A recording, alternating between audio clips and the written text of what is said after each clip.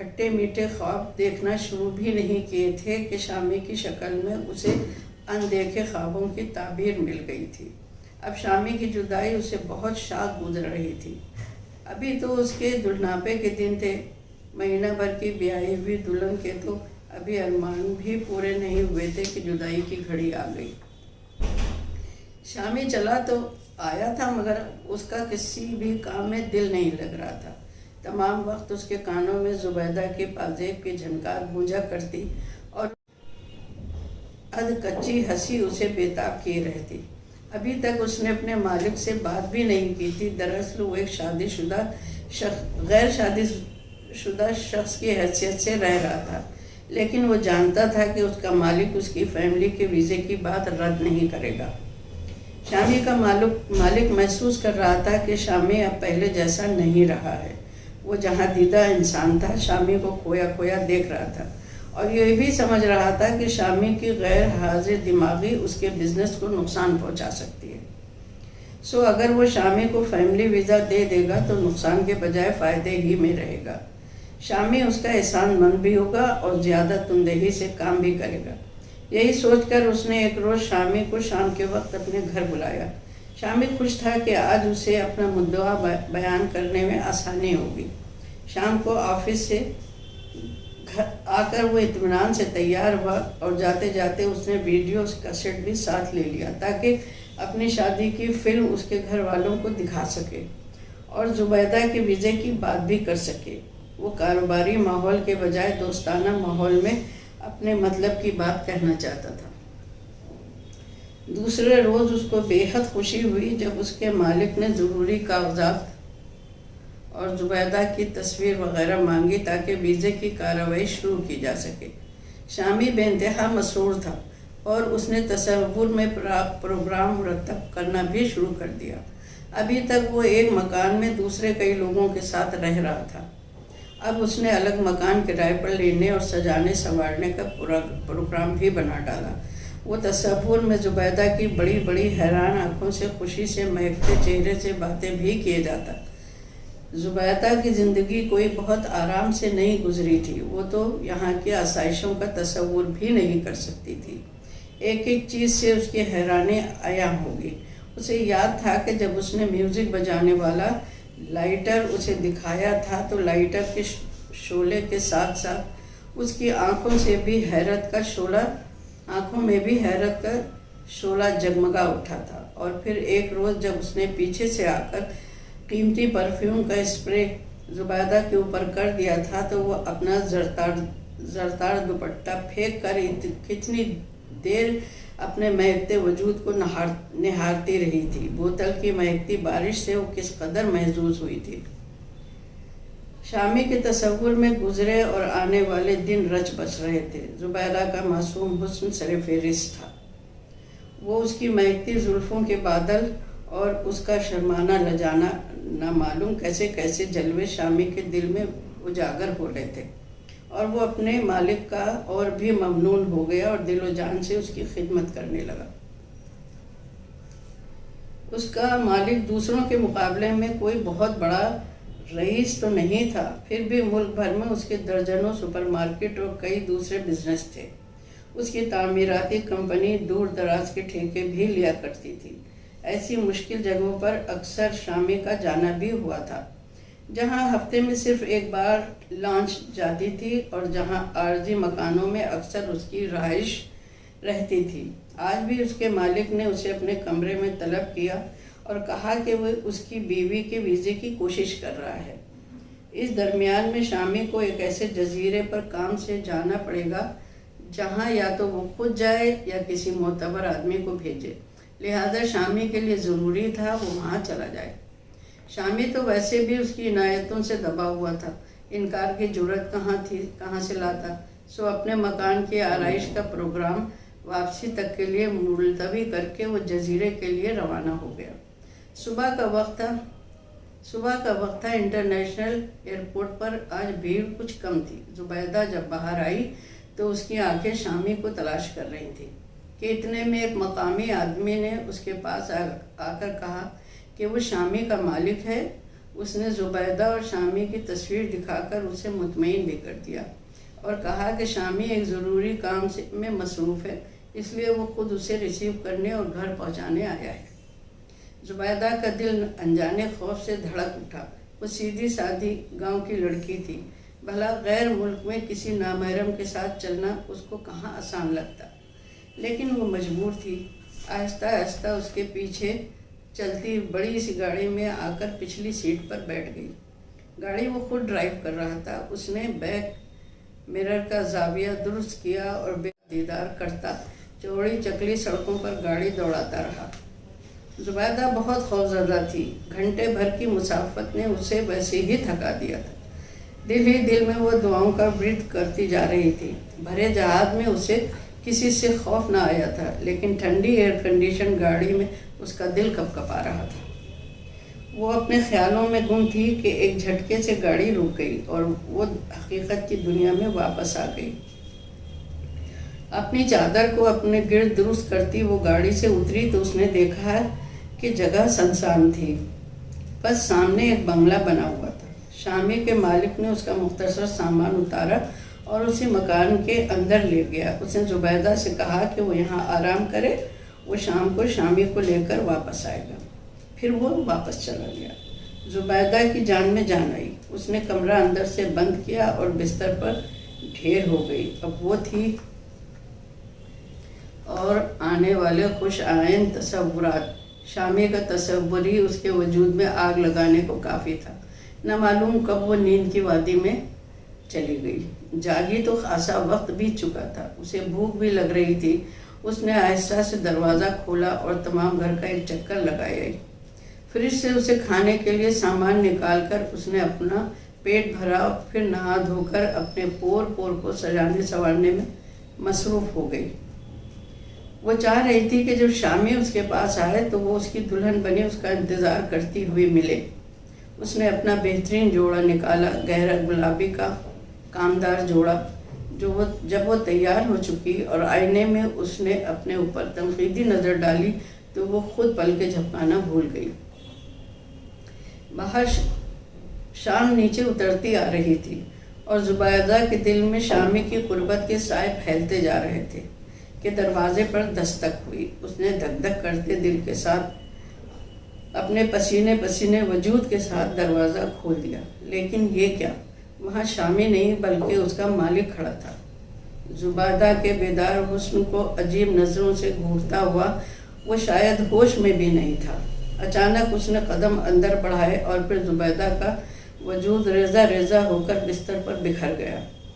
اپنی ہوس کی تکمیل کے بعد جاتے جاتے مالک نے اس کے کپکپاتے وجود پر نظر ڈالی اور کہہ گیا کہ اب یہاں شامی کبھی نہیں آئے گا، کیونکہ اس کو واپس بھیج دیا گیا ہے اور اب زبیدہ اس کے قبضے میں رہے گی۔ اس نے یہ بھی کہا کہ شادی کی ویڈیو فلم نے اس کے جذبات میں ہلچل مچا دی تھی، بھلا وہ کیسے علیحدہ رہ سکتا تھا۔ ہچکیوں اور سسکیوں کے علاوہ زبیدہ کے پاس اب بچا ہی کیا تھا۔ لرن آن لائن کی جانب سے آپ سے بس اتنی التجا ہے کہ ہمارے اس پروگرام کو لائک، شیئر اور سبسکرائب ضرور کریں، ساتھ ہی بیل آئیکن دبانا نہ بھولیں جس سے ہماری ہر ویڈیو آپ تک اپلوڈ ہونے کے ساتھ ہی پہنچ سکے۔ شکریہ۔